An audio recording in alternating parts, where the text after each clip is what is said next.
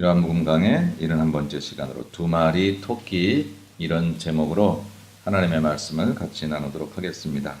우리말에 여러분, 두 마리 토끼라는 말이 어떤 때 사용되어지냐면, 두 마리 토끼를 다 잡으려다가 어떻게 했다고요? 한 마리도 못 잡고 다 놓쳤다, 이런 얘기를 할 때 이 두 마리 토끼 얘기를 하죠. 이것도 잡으려고 하다가 저것도 동시에 잡으려고 하다가 한 마리도 못 잡고 이것저것 다 놓쳤다, 그런 얘기를 합니다. 작은 욕심을 부리다가 큰 것들을 놓쳤을 때 소탐대실 이런 말 쓰면서 그렇게 다 놓쳤다는 얘기를 할 때 두 마리 토끼 얘기를 우리가 보통 하지요. 오늘 설교 제목을 그렇게 잡은 것은 오늘 본문의 빌라도를 보니까 빌라도는 두 마리 토끼를 다 잡으려다가 두 마리를 다 놓친 대표적인 사람이다 생각도 해서 오늘 이 말씀의 제목을 이렇게 잡았습니다. 빌라도는 오늘 예수님 앞에서 예수님을 재판하면서 아주 어정쩡한 태도를 보이므로 두 마리 토끼를 다 잡으려 하다가 정작 다 놓치고 마는 과오를 범한 그런 모습을 우리는 보게 됩니다. 오늘 본문은 빌라도가 예수님을 신문하는 이제 그런 과정의 내용입니다. 그런데 빌라도는 예수님이 죄가 없음을 알았어요. 도대체 죄를 발견하려고 해도 잘 모르겠습니다. 유대인들은 그의 죄를 저가 하나님의 아들이라 그랬다, 하나님을 경망스럽게 이야기했다, 그렇게 만홀히 여겼다 이야기하지만 로마의 총독으로 로마의 법으로는 유대인들이 자기 하나님을 경홀히 여겼든지 보욕을 했든지 그런 것은 전혀 로마법으로 처벌할 대상이 되지 못했기 때문에 빌라도는 전혀 이제 예수님을 사형에 처할 만한 그런 이제 죄를 찾지 못했습니다. 그런데도 불구하고 이제 빌라도는 예수님을 완전히 석방시켜 주지 못했어요. 오늘 본문의 10절 말씀에 보면 빌라도가 이르되 내게 말하지 아니하느냐, 내가 너를 놓을 권한도 있고 십자가에 못 박을 권한도 있는 줄 알지 못하느냐, 그렇게 말했습니다. 그래요, 빌라도는 예수님을 풀어줄 수 있는 그런 권한이 있었고 또 십자가에 못 박을 수 있는, 사형을 언도할 수 있는 그런 권한도 있었습니다. 그런데 분명히 빌라도는 예수님의 죄를 발견하지 못했거든요. 6절 마지막에 보면 나는 그에게서 죄를 찾지 못하였느라, 그렇게 얘기를 합니다. 그랬다면 그 죄가 없으신 예수님을 풀어주는 것이 마땅했던 거지요. 진리 앞에 빌라도는 그 자리를 지켰어야 하는 것이 마땅했다고 하는 것입니다. 그런데 그렇게 예수님의 죄를 이렇게 발견하지 못했음에도 불구하고 그는 유대인들을 생각해서 어정쩡한 태도를 보냅니다. 특별히 마태복음에 보면 예수님을 심판할 때 빌라도의 아내가 사람을 보내서 내가 어젯밤 꿈을 꿨는데 그 사람을 해하게 하지 말라고, 큰일 날 거라고 그렇게 또 전가를 보내왔잖아요. 그래서 도대체 예수님을 이렇게 죄목을 찾지 못하였을 뿐더러 그에게 정죄하려고 하지 않았지만 지금 유대인들의 민심이 예수님을 못 박으라고 하는 거예요. 예수님을 십자가에 못 박으라고. 그러나 이제 유대인들의 민심을 볼 때 이 유대인들의 민심을 거리면 안 되겠거든요.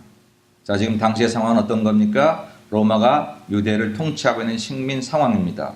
로마는 전 세계 많은 식민지를 가지고 있기 때문에 많은 나라들을 통치할 때 그 나라에 총독부를 세워서 총독을 세우고 관장을 하게 하는데, 이제 유대 나라에는 빌라도라고 하는 사람을 총독으로 세워서 이제 유대를 통치하고 있는 것입니다.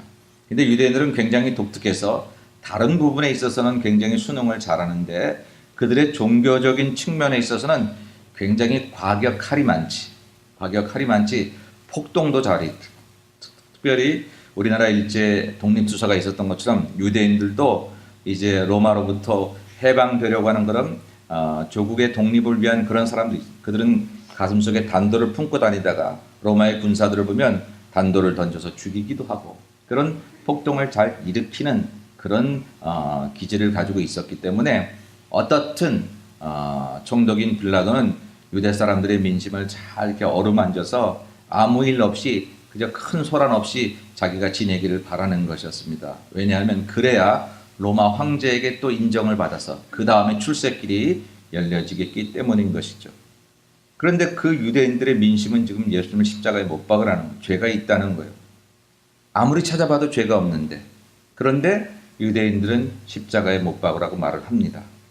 민심이라는 토끼와 그 다음에 죄를 발견하지 못한 내 양심과 이 두 가지 두 마리 토끼를 다 잡아보려고 어정쩡하게 예수님에게는 자꾸 너 무슨 죄가 없느냐, 너 왜 그러느냐, 죄가 없으면 항변하지 왜 아무 소리도 하지 않느냐, 진리가 도대체 뭐냐, 계속해서 빌라도는 그렇게 얘기를 하고, 또 유대인들은 그 민심을 달래보려고 그러면 우리 명절에 특사를 해서 사람을 풀어주는 전례가 있는데, 지금 바라바라고 하는 유대인들이 다 알고 있는 가장 흉악한 그런 범죄자와 예수, 이 두 사람 중에 누구를 풀어주랴, 이렇게 조건을 내걸기도 하죠. 당연히 빌라도의 생각에는 예수님을 풀어주라고 할 줄 알았는데 민심이 그렇지 않았어요. 오히려 그 강도를 풀어주라고 전혀 생각지 못했던 그런 일까지 벌어지는 상황에서 빌라도는 두 마리 토끼 앞에서 어정쩡한 태도를 보입니다. 그러다가 결국은 할 수 없이 손을 씻고 나는 이 예수의 죄에 대해서, 나는 이 피해에 대해서 나는 아무런 책임이 없다. 그리고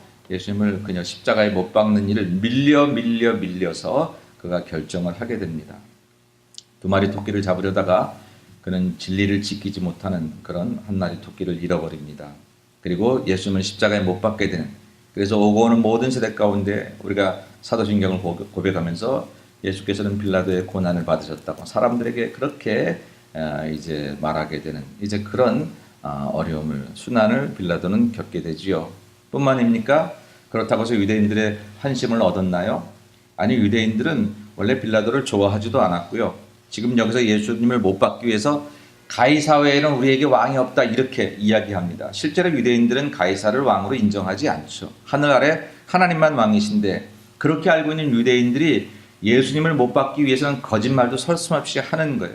그래서 빌라도가 그들의 말을 듣고 예수님을 십자가에 못 박았지만, 그렇다고 유대 백성하고 빌라도가 화친을 이루느냐? 그렇지 않습니다. 빌라도는 그 후에 긴 시간을 통치하지 못했어요. 결국은 그 민심들을 다스리지 못했습니다.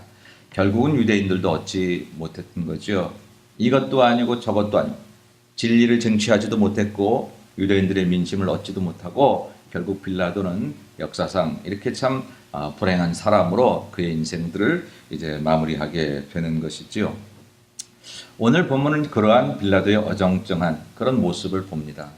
그런데 사실 오늘 설교하려고 하는 것은 그런 빌라도의 얘기가 아니라 이 빌라도의 모습처럼 우리도 그런 거 아닐까?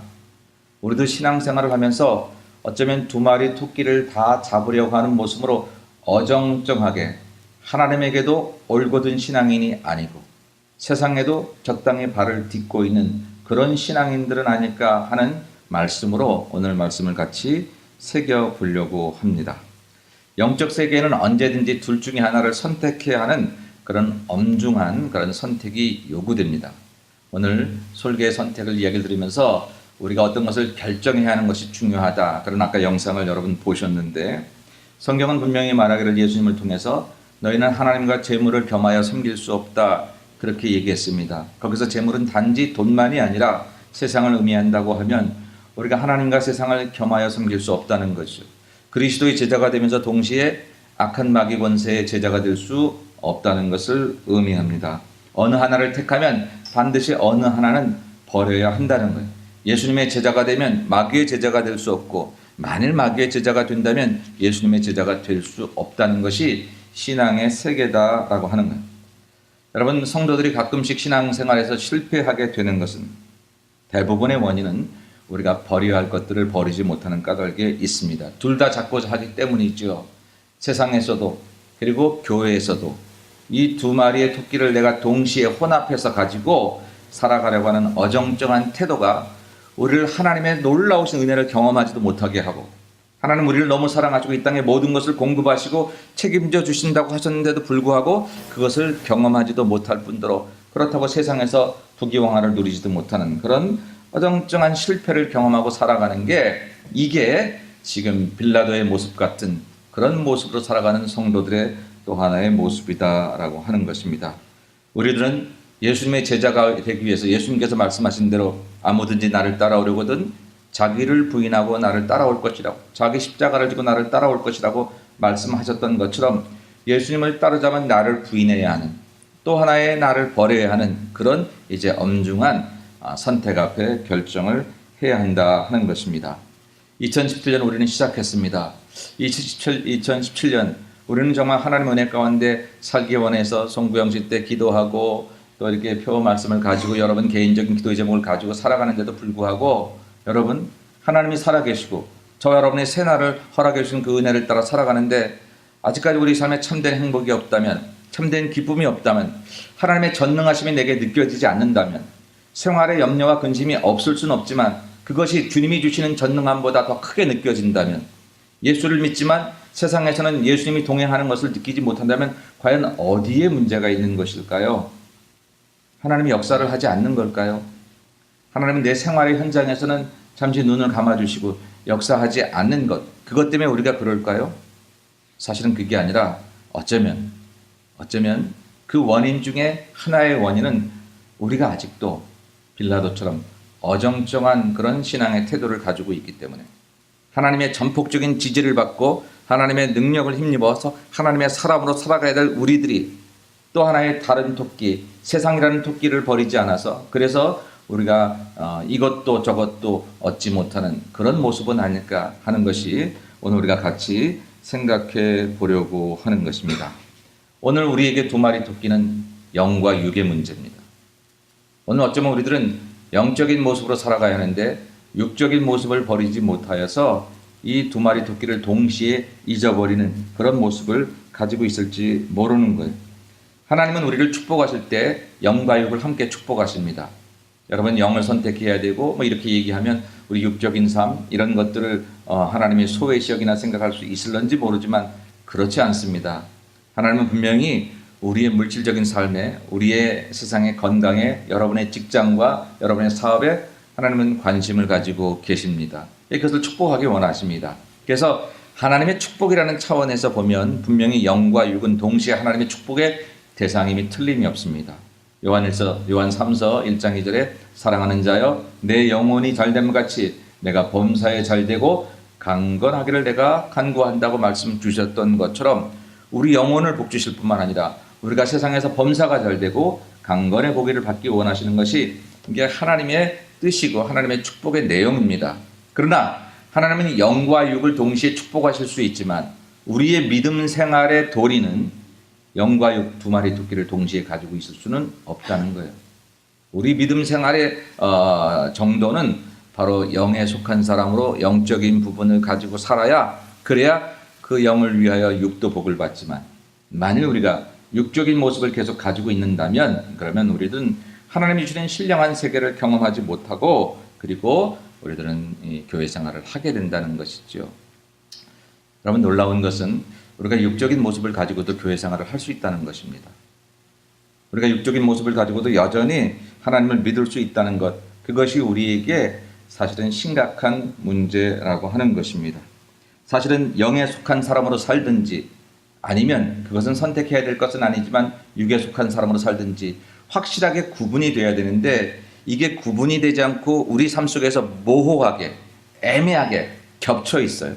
겹쳐 있으면서도 불구하고 우리들은 이것이 우리의 신앙생활에 축복이 되지 못하고 하나님의 은혜의 그늘 안에 들어가지 못하는 이유인 줄 모르고 있다는 것이 어쩌면 우리들의 잘못이다라고 하는 것입니다. 영적인 것과 영적인 것처럼 보이는 것은 차이가 있습니다. 교회에서 많은 성도들이 영적인 것처럼 보이는 것에 관심을 갖거나 그것으로 내가 영적인 것이라고 생각되는 착각을 범할 수가 있습니다. 기도 영적인 것입니다. 그러나 내가 기도를 함에도 불구하고 영적인 것처럼 보이는 정도의 수준에서 할 수 있다는 것이지요. 말씀을 읽는 것 영적인 것입니다. 그러나 그 말씀을 읽고 내가 영적인 사람이 되는 것과 그냥 말씀을 육적인 모습을 가지고 읽는 것은 다른 것이다라는 것. 교회 일을 하는 것 분명히 영적인 것입니다. 그러나 그렇게 해서 영적인 사람이 되는 것과 그냥 교회를 육적인 모습을 가지고도 할 수 있다는 것은 분명히 차이가 있다는 것. 이 육적인 것이 하나님을 모르는 저 세상의 사람들에게 적용이 된다면 선명해서 우리가 구별이 쉬운데 하나님의 교회에 있는 사람들, 우리 믿음의 사람들에게도 우리가 육적인 모습으로 하나님을 섬길 수 있다는데 우리가 2017년 정신을 바짝 차리고 이제 영적인 모습으로 우리가 바로 서야 그래야 하나님이 준비하신 놀라운 은혜와 축복을 받을 수 있다는 것이 오늘 제가 여러분하고 같이 나누고자 하는 얘기입니다. 우리 성경을 한번 찾아보십시다. 여러분 오늘 설교 노트엔 적지 않았습니다만 고린도전서 2장 13절과 14절을 성경을 직접 가지고 한번 찾아보시기 바랍니다. 고린도전서 2장 13절로 14절입니다.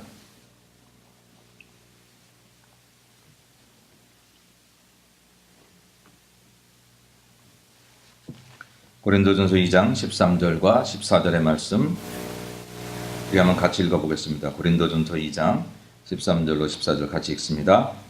우리가 이것을 말하거니와 사람의 지혜가 가르친 말로 아니하고 오직 성령께서 가르치신 것으로 하니 영적인 일은 영적인 것으로 분별하느니라.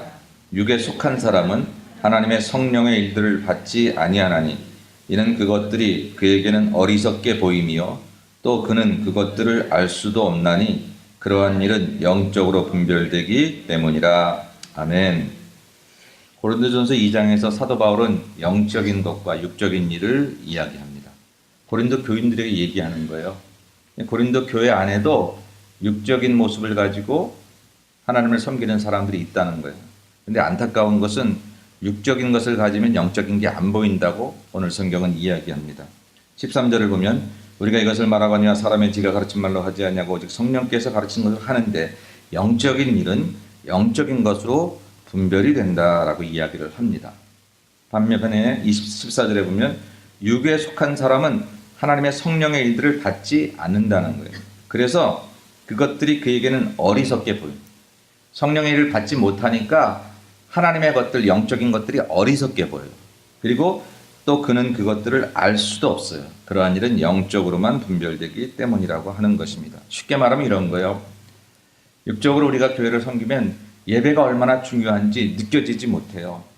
그냥 교회를 다니는 습관과 당연히 예배를 드려야 된다고 생각을 하기 때문에 예배를 드립니다.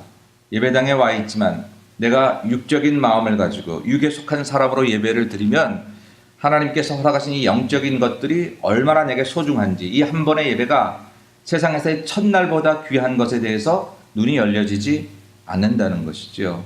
이 예배에 하나님이 계신 것이 보이지 않아요. 목사도 보이고 성가대도 보이고 뭐 여러 가지 다른 행사가 보이고 다른 순서가 다 보이는데 그런 순서가 육적으로만 보이지 이곳에 하나님이 임재하셔서 부족한 목사에도 불구하고 또 성가대가 완전하지 못함에도 불구하고 또 우리의 순서가 삐걱거리고 그리고 잘 매끄럽게 되지 못함에도 불구하고 놀라우신 하나님의 모습이 나타나는 그 하나님의 임재하심이 보이지 않는다는 거예요. 육에 속한 사람은 그런 외적인 예배 형식과 예배의 제도는 보일지언정 그 예배를 이끌어 가시고 주관하시는 하나님의 영이 보이지 않는다고 하는 것입니다. 그 사람이 무슨 잘못이 아니라 성경이 말하기를 육에 속하면 영의 일을 분별을 못한다는 거예요. 육에 속한 사람에게는 영의 일들이 어리석게 보인다는 거예요. 아 뭐해 저 기도해. 나가서 그 어려움이 됐으면 찾아다니기 이 사람 찾고 저 사람 찾고 이 방법 찾고 저 방법 찾아야지 기도만 한다고 돼? 이렇게 말할 수 있는 것 기도라고 하는 것이 하나님께서 우리에게 주신 마스터 키라고 하는 것이 보여지지 않는 거예요. 그냥 할 일이 없으니까 기도만 한다고 어리석게 보이는 것 그게 육을 가진 사람들이 영을 볼 수 있는 그런 채널일 수밖에 없다라고 오늘 성경은 이야기를 하고 있어요. 육에 속한 사람은 하나님의 성령의 일들을 받지 아니하나니 이는 그것들이 그에게는 어리석게 보인다라고 하는 것입니다. 섬기는 일, 하나님의 교회에서 섬기는 일 어리석게 보일 수 있어요. 어리석게 보일 수 있습니다. 봉사하고 희생하는 일 어리석게 보여요. 육에 속한 사람에게는 그런 것들이 어리석게 보이는 그 속에 내재하신 하나님의 영광을 볼 수 있는 눈이 없으니까 그렇게 어리석게 보인다라고 하는 것입니다. 그런데 문제는 바로 그렇게 우리가 신앙생활을 할 수 있다는데 문제라는 거예요. 대부분의 사람들은 영에 속한 사람들 하나님을 섬기겠지만 이 땅의 많은 교회들이 그렇게 하겠지만 교회들 안에도 육에 속한 사람으로 예배를 드리고 육에 속한 사람으로 기도하고 육에 속한 사람으로 교회 생활을 하다 보면 하나님의 전능하심에 대한 신뢰나 기대도 없고 그리고 하나님께서 행하시는 놀라운 기적 같은 일들을 매일같이 경험하지도 못하기 때문에 그냥 교회를 다녀도 그냥 다니는 거예요. 펠로우십 아니 그보다 조금 더 나은 것 뭔가 내 마음이 불안할 때 그래도 교회 가면 위로가 되는 것 정도 그런 정도지 내 인생에 하나님께 달려있다는 생각이 되지 않는 거예요. 안 믿으려고 하는 게 아니라 그렇게 안 보여요. 오늘 성경이 말하는 육에 속한 사람은 하나님의 영의 일을 보지 못한다는 거예요. 그래서 오히려 그게 어리석게 보인다고 성경은 이야기하고 있다라고 하는 것입니다. 그 사람들에게는 세상적인 방법, 세상적인 뜻, 세상적인 어떤 그런 환경과 조건이 훨씬 더 크게 보이는 것이지요. 그래서 주님을 믿어도 주님이 주시는 평안과 주님이 주실 보다는 세상이 주는 어떤 규모, 세상이 주는 어떤 축복의 내용, 그런 것들에 더 우리 인생이 흔들리게 된다고 하는 것이 육에 속한 사람이다라고 하는 것입니다. 사랑하는 여러분, 저는 2017년을 시작하고 특별히 이렇게 목사가 가끔씩 이렇게 자기 교회를 떠나게 되면 참 또 이렇게 바깥에서 한번 돌아볼 수 있는 그런 기회가 생겨져요. 바둑도 뭐 옆에서 훈수를 뜨면 1급 더 높게 보인다잖아요. 여러 가지 생각이 들었습니다. 저도 나름대로 최선을 다해서 그동안 지내왔고 여러분들도 너무너무 교회를 잘 섬기고 하나님을 잘 섬겼던 우리 예수마을교회입니다.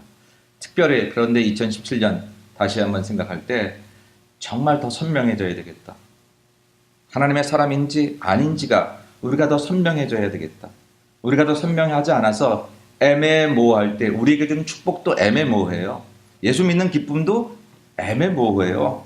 예수 믿는 거 기적이 있다는데 내게는 그런 기적이 나타나질 않아요. 왜 하나님이 왜 우리 교회는 안 나타나실까요? 왜 나에게는 안 나타나실까요? 왜 내 직장에는 내 사업장에는 그런 역사가 나타나지 않을까요? 나는 입으로 하나님을 주인이라고 내 사업장의 주인이시고 내 사업을 다 하나님께 맡겼다 그러는데 왜 기적 같은 일들이 내 현장에는 일어나지 않을까요?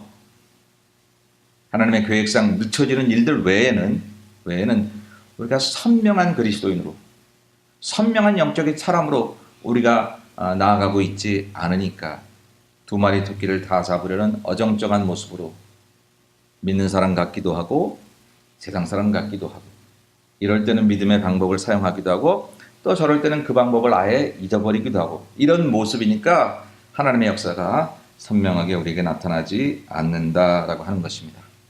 육에 속한 사람으로도 예수를 믿는 사람이 있다는 거죠. 성경에 보니까 대표적인 사람으로 사도 바울을 볼 수 있어요. 사도 바울. 그는 열심히 했습니다. 하나님에게. 자기 말로 말하기를 하나님의 열심에 대해서는 나를 따라올 자가 없다고 그랬죠. 성경은 또 얼마나 알지요? 그의 성경에 대한 지식은 그 누구도 따라올 수 없는 사람이었습니다. 모든 일에 열심히 했던 그런 사람. 단 하나만 없었어요. 뭐가? 예수만 없었어요. 다 있었어요. 요즘 말로 표현하면 교회 생활도 있었고요. 교회 펠로우십도 있었고요. 성경 공부, 제자 훈련 이런 거 아마 그만큼 한 사람도 없었을 것입니다. 그러나 그에게 예수님이 없었어요. 예수님이. 그러니까 육에 속한 사람으로도 하나님을 섬길 수 있다는 거예요. 그런데 그가 예수님을 만나면서 그의 삶이 다 달라집니다. 이전에 육에 속했을 때 가지고 있었던 모든 영광이 배설물처럼 여겨져서 고백합니다. 내가 이전 것들을 다 배설물처럼 여기고 다 버리겠노라고. 오직 예수 외에는 내 인생에 중요한 것이 없음을 그가 고백을 하게 되죠. 사도 바울에게 종교는 있었습니다. 그러나 예수가 없었습니다. 육의 모습을 가지고도 종교를 우리가 행할 수 있습니다. 때로는 목사가 육에 속한 자가 되어도 설교할 수 있습니다. 하나님 아시겠지만 때를 따라 사람들은 잘 모를 수 있습니다. 때를 따라 우리가 육에 속한 사람으로도 아이들 가르치는 교사가 될 수 있습니다. 때를 따라 우리가 육에 속한 사람으로도 하나님의 성호를 찬양하는 성가대를 할 수도 있습니다. 때를 따라 우리가 육에 속한 사람으로도 장로가 될 수 있고 권사가 될 수 있고 교회 청지기를 할 수 있고 여러 팀장들을 할 수가 있습니다. 그런데 그렇게 하는 그곳에 하나님의 역사가 선명하게 나타나지 않는다고 하는 거예요. 여러분 한번 올해 우리 자신을 돌아보십시다. 그동안 내가 받을 복을 못 받았다고 생각이 되거나 좀 더 많은 하나님의 은혜가 있다는데 나는 왜 그것을 누리지 못했을까라고 생각할 때 여러 가지 이유들 우리는 그동안 이유를 찾았을 거예요. 우리 교회가 좀 더 좋은 교회가 되었으면, 우리 목사님이 좀 더 능력 있는 목사님이 되었으면, 우리 교회가 좀 더 이런 혜택을 우리에게 주었으면, 아마 그런 여러 가지 이유들을 여러분들 생각하실 수도 있었을 거라 생각합니다. 그러나 그런 모든 것들은 우리 같이 노력하기로 하고 정말 나 아니면 내가 그 문제를 돌아볼 수 없는 그 문제는 내가 육에 속한 사람인지 영에 속한 사람인지를 점검하는 거예요. 더 이상 육에 속한 사람으로 계속해서 이 길을 걸어서는 안 될 것입니다. 마귀의 사람인지 하나님의 사람인지 나는 하나님의 사람이라고 얘기하고 있지만 바울처럼 하나님 뜻이 열심히 있었던 사람이 없었으나 그가 결국 마귀의 종로를 했던 죄인 중에 괴수라고 고백할 수밖에 없었던 그런 사람의 모습이었다고 하면 오늘 저와 여러분도 뜻밖의 그런 모습으로 그동안 신앙생활을 해온 부분이 있었다고 판단이 되어질 때 거기서 우리는 빨리 벗어나서 영에 속한 사람의 길을 걸어가야, 그래야 하나님의 축복이 선명하게, 하나님의 전능하심이 내게 아주 밀접하게 다가오는 것을 경험할 수 있다 하는 것이지요. 여러분, 내가 육의 사람으로 믿고 있는 그런 특징 중에 하나는 뭐냐면요, 늘 내 중심이에요. 모든 것이 내 중. 내가 제일 잘 알죠. 내가 하나님조차도 움직일 수 있는 사람이에요. 사도 바울이 그랬거든요. 근데 사도 바울이 예수님 만나고 영에 속한 사람이 되면서 그가 달라진 거였어요. 그건 뭐냐면 이제는 나 사는 것 아니요 내 안에 사신 그리스도께서 사시는 것이라. 이젠 내가 죽었어요. 내가 죽었습니다. 예수님께서 따라오려거든 자기를 부인하고 그렇게 말씀하신 것처럼 사도 바울이 영에 속한 사람으로 바뀌어지면서 그에게 나타난 현상은 자기가 죽어지는 현상이 나타났습니다. 그전에는 자기를 드러냈습니다.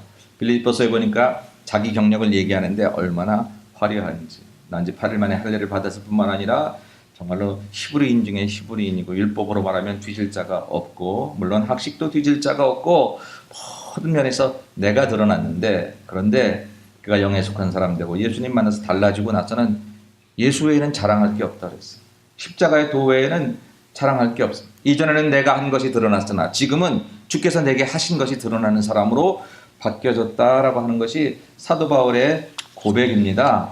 똑같이 열심이지만, 똑같이 교회 안에 있었지만, 똑같이 일을 했지만 그 이전에는 정말로 자기가 주인되고, 그래서 자기가 높아질 수밖에 없고, 내 눈으로 보니까 그렇지 않은 사람들을 정죄 비난할 수밖에 없었지만, 그러나 주님을 만나고 영에 속한 사람으로 발견되니까 내게 주신 은혜가 너무 감사한 거죠. 어디 사도 바울이 이전에 자기를 죄인의 괴수라고 생각을 했겠습니까? 유대인 중에서 최고라고 생각을 했었지요. 근데 주님을 만나고 나니까, 영에 속한 사람으로 하나님 앞에 서고 나니까 내가 죄인 중에 괴수라는 그 모습이 보여지는 거예요.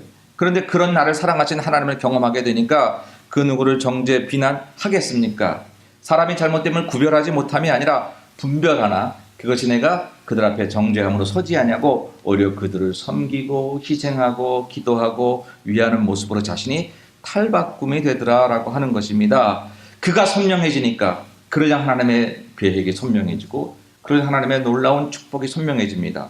사도 바울은 이전에는 자기가 받은 것들을 가지고 축복이라 생각했었는데 이제는 주를 위해 죽는 것이 축복인 줄 알게 되고, 주를 위해 쓰여지는 것이 축복인 줄 알게 되고, 예수 아니면 그 많은 죽음의 위험을 굳이 감당하지 않아도 됐을 터인데 목숨의 위협을 그렇게 여러 번 경험하면서도 가는 그 길이 기쁘고 복된 길로 내가 나의 달려갈 길을 다 달려가서 이제부로는 주께서 나를 위하여 의로운 재판장이 되셔서 면류관, 생명의 면류관을 준비하셨을 것이라는 그런 하늘의 소망을 가지고 살아가는 사람으로 바뀌었다라고 하는 것이죠.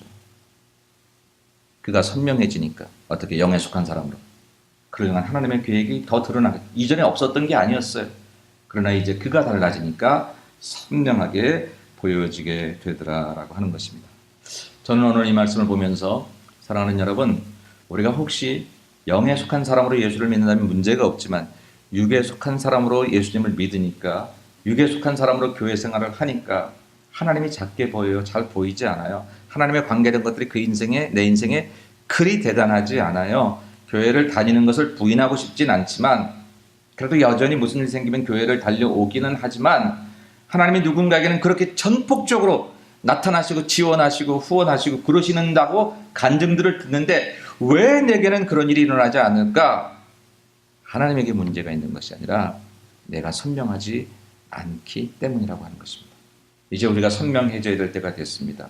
이제는 두 마리 토끼를 잡는, 영과 육을 함께 아울러서 믿음의 길을 가다가 세상의 길을 같이 가는 그런 인생이 아니라 선명하게 영에 속한 사람으로 살겠다고 다짐하고 결정할 때 하나님은 육의 길에 관한 내 모든 인생도 책임져 주시는 것이 하나님의 방법인 줄로 믿습니다. 그래서 우리가 영에 속한 사람으로 결심하고 이젠 그렇게 살겠다고 다짐하셔야 됩니다. 그래야 하나님의 것들이 보입니다. 그래야 예배 시간에 하나님이 내리시는 하나님의 임재의 은총이 경험되어지는 거예요. 여러분들이 희생하며 섬기는 그것이 그냥 누군가를 위해서 억지로 해야 되는 희생이 아니라, 그리고 내가 손해보는 일들이 아니라 나를 그렇게 일하게 하신, 섬기게 하신 하나님의 은혜가 정말로 놀라워져 보이는 것이죠. 우리는 향유옥합을 가지고 와서 예배 시간에 하나님 여기 채워주세요, 그런 마음으로 예배 올 때가 많습니다. 안 채워주시면 섭섭합니다. 그 채워주심에 대해서 그 어떠한 제도나 사람이 방해가 된다고 생각하면 그것이 채워지지 않은 섭섭한 마음으로 돌아갈 때가 많습니다. 그러나 주님, 사실은 주님 앞에 서는 예배라는 것은 그런 게 아니라 우리가 옥합을 깨트리는 거 아니겠어요? 내가 옥합을 깨트리는 것이 사실은 참된 영에 속한 사람의 태도입니다. 그것이 내가 깨트리는 사람을 통해서, 깨트리는 것을 통해서 하나님을 만나는 그런 은혜가 있는 것이 보여질 때에 사실은 예배를 통해서도, 기도를 통해서도, 섬김을 통해서도, 희생을 통해서도 우리가 더 큰 은혜를 경험하게 되는 거죠. 예배를 서비스라 그렇게 얘기하잖아요. 왜 서비스라고 얘기를 할까요? 하나님에 대해서 내가 나를 드리는 것이거든요. 우리가 육에 속한 사람으로 예배를 드릴 때는 나를 채워주시는 것에 초점이 모여지게 돼. 틀림이 없어요. 나를 채워주지 못하는 교회, 나를 채워주지 못하는 그런 어떤 것에 대해서 우리는 불만을 가지게 되지만, 영에 속한 사람으로 우리가 믿음 생활을 하게 되면 나를 깨트리고 나를 드리는 일에 관심을 갖게 됩니다. 하나님, 오늘도 나를 통해 영광을 받으시기를 소원합니다. 내 마음을 드리고 내 헌신을 드리고 내 모든 것을 드리는, 바로 그것이 오늘 우리가 영에 속한 사람으로 달라지는 것이다 라고 하는 것이죠. 자, 이제 2010년을 출발하는데 하나님의 전능하심도 좀 경험하면 좋겠고, 하나님의 사랑도 그냥 전폭적으로 받았으면 좋겠고, 어떻게 나를 이렇게까지 사랑하시지? 여러분, 그 은혜도 좀 경험하면 좋겠고, 위험하고 어려울 때마다 부르기만 하면 달려오신 하나님을 좀 경험하면 좋겠고, 성경은 분명히 말하기를 너희가 나를 찾고 찾으면 내가 너희를 만나리라, 내가 여기 있다 하리라. 물 가운데로 지날 때도 그 물이 침몰치 못하게 할 것이고 불 가운데로 지날 때도 그 불꽃이 너희를 사르지도 못하게 하신다고 하셨는데, 왜 이리 내 인생에는 하나님 없는 세상이 많은지, 하나님은 어디 가셨는지 그렇게 느껴진다면 이제 오늘 우리 자신들의 모습을 돌아보십시다. 혹시 빌라도처럼 두 자리에서 어정쩡한 모습을 가지고 있는 그런 것은 아닌지, 선명한 그리스도인의 모습이 내게 얼마나 있는지를, 100% 순도의 그리스도인이 되기 위해서 나는 얼마나 처절하게 몸부림치고 있는지를 돌아보고 그 부분을 수정하기 시작하면 하나님은 선명한 그리스도인에게 선명한 하나님의 축복과 은혜를 물붓듯이 쏟아 부어 주실 줄로 믿습니다. 오늘 성경은 말합니다. 영의 일은 영으로 분별한다. 영이신 하나님의 은혜를 받고 영이신 하나님의 놀라운 축복을 받기 위해서 이제 우리가 영에 속한 사람이 되는 것이 2017년을 성공하느냐 성공하지 못하느냐의 관건이라고 하면, 여러분 딱 두 가지만 기억하십시오. 우리가 영에 속한 사람으로 한 해를 살겠다고 다짐하고 이제부터 성령의 지배를 받기 위해서 기도하셔야 됩니다. 주님, 나를 지배해 주옵소서. 여러분을 지배하는 생각이 무엇입니까? 여러분이 가지고 있는 지식 혹은 경험, 오래된 교회의 경력들, 지나온 흔적들, 내가 이제까지 이렇게 내가 말씀 생활을 하고 교회 생활을 했다고 하는 것, 여러분 그것들이 드러나는 것은 아직까지 우리가 육에 속한 자임을 나타내는 그런 증거입니다. 영에 속한 자가 되면 그것들은 아무것도 아닙니다. 아무것도 아닙니다. 사도 바울만큼 성경을 연구한 사람이 어디 있겠어요? 내가 이만큼 성경을 공부했다가 아니라 그것은 다 보잘것없는, 그 성경 공부를 통해서 예수님 만난 것만, 예수님은 그 헌신한 게 귀하지만 그 헌신한 것 통해서 예수님 만난 것만 남아야죠. 그래서 내게 남아주시고 내게 허락하시고 내게 역사하신 그 예수님에 관한 이야기만 내게 남는 것이 영에 속한 사람이라고 할 때, 올해는 여러분 성령의 지배를 받도록 기도하셔야 됩니다. 성령의 지배를 받는 것을 확인해 보려면 내게 성령의 열매가 있나를 보셔야 됩니다. 내게 성령의 열매는 사랑이라 화평, 인내자비 양선, 충성 온유 절제가 내 삶 속에서 나타나느냐를 보셔야 됩니다. 성령의 지배를 받고 살아가도 미운 사람이 생깁니다. 그런데 성령의 지배를 받는 사람은 그 미운 사람이 나에게 주는 감정들, 이 미움의 감정들을 성령이 주시는 사랑의 은혜로 이기기 시작합니다. 고민하고 애쓰고 힘들고 어렵지만 결국은 내 안에 있는 하나님의 사랑이 그 사람이 주는 미움을 이기는 사람이 성령의 지배를 받는 사람이 됩니다. 환경이 어렵고 여전히 예수를 믿어도 내 삶이 피곤하고 궁핍할 때가 있지만, 그러나 주님이 주시는 성령의 열매를 경험한 사람은 희락이, 화평이, 웬일이지 내 마음을 정리하고 내 마음에 그것을 주셔서 그런 낙심할 만한 환경으로 인해서 주저앉지 않도록 하나님께서 허락해 주신다고 하는 것입니다. 성령의 지배를 받는 사람은 성령의 열매가 나온, 저와 여러분이 확인할 것은 내 안에서, 특별히 내 삶의 현장에서 이 성령의 열매가 나에게 나타나나를 보셔야 됩니다. 교회 일이 정말 귀하고 우리가 교회에서 행한 그런 지나간 그런 흔적들이 너무너무 귀하지만 그건 툴에 불과합니다. 성경 공부 자체가 예수가 아니잖아요. 기도 자체가 예수가 아니에요. 교회 자체가 예수가 아니에요. 그것을 통해서 예수님을 만나는 게 목적이잖아요. 그런데 그동안 사도 바울은 자기가 성경 공부한 것만 자랑했어요. 가말리엘 문화에서 이렇게 높은 학식을 가지고 자랑했어요. 이번에 천원에 가서 부흥사경회를 하는데 여러분 감리교의 사경회라는 것은 매년 이렇게 성경을 공부하는 이제 과정을 겪는 거예요. 20년 차가 있더라고요. 그래서 이제 뭐 이렇게 명예 박사학위 가운을 입혀주고 그리고 이제 축하를 하는 것을 봤어요. 20년 동안 한 해도 빠지지 않고 20년 동안 그 지방의 성경 공부에 부흥사경에 참석한 거예요. 정말 귀하죠. 그런데 귀한데 그게 귀한 게 아니라 그래서 그가 예수를 만났다는 사실, 주님에 대해서 더 선명해진 그리스도인이 되었다는 사실이 귀한 거지. 만일 예수는 없고 그 20년 성경 공부를 하면서 한 해도 거르지 않고 어떻게 그 성경 공부할 동안에 아프지도 않고 어디 딴 데 가지도 않고 큰일도 나지 않고 20년 동안 한결같이 그곳에서 성경 공부를 일주일 동안 할 수 있었던 그 은혜를 주신 예수님에 대한 고백은 만일 없고 박사 가운을 입고 내가 20년을 이제 이 성경 공부를 마쳤다고 만일 자랑을 하는 사람이 된다면 그게 바로 육에 속한 자로 예수를 믿는 모습이다라고 하는 것이죠. 그분이 그랬다는 게 아니라 그런 예를 드는 것입니다. 사랑하는 여러분, 올 한 해 우리는 영에 속한 사람으로 예수를 믿어야 되겠습니다. 혹시라도 우리가 나도 모르게 육에 속한 자가 되어서 예수를 믿으면 내가 믿는 그 믿음이 오히려 하나님을 자꾸 축소시키고 변절시키고 예수 믿어도 별거 없는 것 같고 하나님 믿어도 별거 없는 것 같은 엉뚱한 그런 결과를 낳게 된다라고 하는 것입니다. 성령의 지배를 받도록 기도하시고 성령님 나를 도와달라고 기도하셔야 돼요. 이미 성령님 체험하시고 여러분 안에 계신 성령님이 인정되신 분은 계속 그렇게 기도하시되 혹시 우리 중에 아직 성령님에 잘 모르겠고 성령님 내 안에 계신지 안 계신지 모르겠는 사람은 그냥 이렇게 하십시오. 기도하십시오. 성령님 내게 오십시오. 하나님의 영이신 성령님께서 내 마음의 주인 되어 주시기를 원합니다. 내가 당신의 리드를 받기 원하고 당신의 지배를 받기 원합니다. 내 마음의 모든 감정과 내 생각의 모든 것들을 성령님께서 주관하셔서 내 생각과 내 마음과 내 모든 것들이 당신의 손안에 있게 하옵소서라고 기도하셔야 됩니다. 그리고 매 순간 성령님이 그렇게 하시는지를 기도하시고 물어보셔야 할 것입니다. 여러분 그런 노력과 그런 과정들을 통해서 우리는 점점 지나면 그렇게 물어보지 않아도 그분의 코드를 알고 그분의 마음을 알아서 내 하는 것이 그냥 그렇게 그분과 함께 하는 것이 됩니다. 그럴 때 바울처럼 이제는 나 사는 것이 나 사는 것 아니고 내 안에 그리스도께서 사시는 것이다.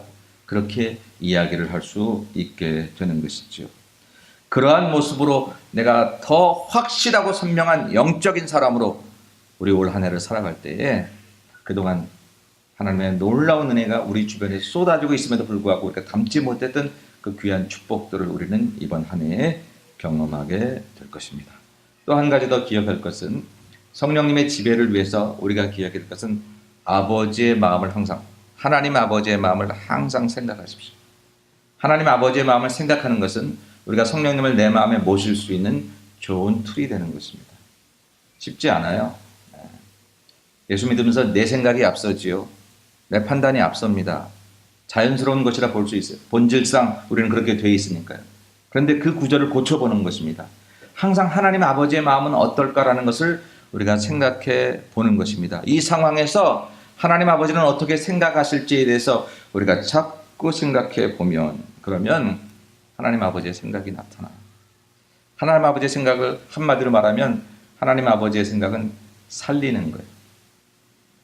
암을 볼 때 암이 죽어지는 것으로 보이지 않고 그 암을 살릴 수 있는 생명세포를 하나님 만드셔서 이 사람을 살리는 것으로 본다라고 하는 것이죠. 집 나간 둘째 아들이 돌아올 때 큰아들의 눈으로 보면 그 아들을 용서할 수도 없고 그 동생을 받아들일 수도 없지만 아버지의 마음으로 보면 그저 타락해서 나갔다 돌아온 그런 회개하고 내 품에 안아야 될 그런 사람으로 보인다고 하는 것이 아버지의 마음이라고 하면 저와 여러분이 이 마음을 품기 위해서 기도하고 이 마음을 가지고 믿음 생활을 하게 될 때에 우리가 점점 영에 속한 사람, 하나님에게 속한 사람으로 바뀌어진다는, 그게 바뀌어지면 사랑하는 자 내 영혼이 잘되면 같이 범사가 잘되고 강건하겠다고 약속하신 그 축복이 우리에게 영적인 신령한 은혜가 열려질 뿐만 아니라 우리의 범사와 우리의 모든 삶의 강건함으로 다가오게 된다라고 하는 것이죠.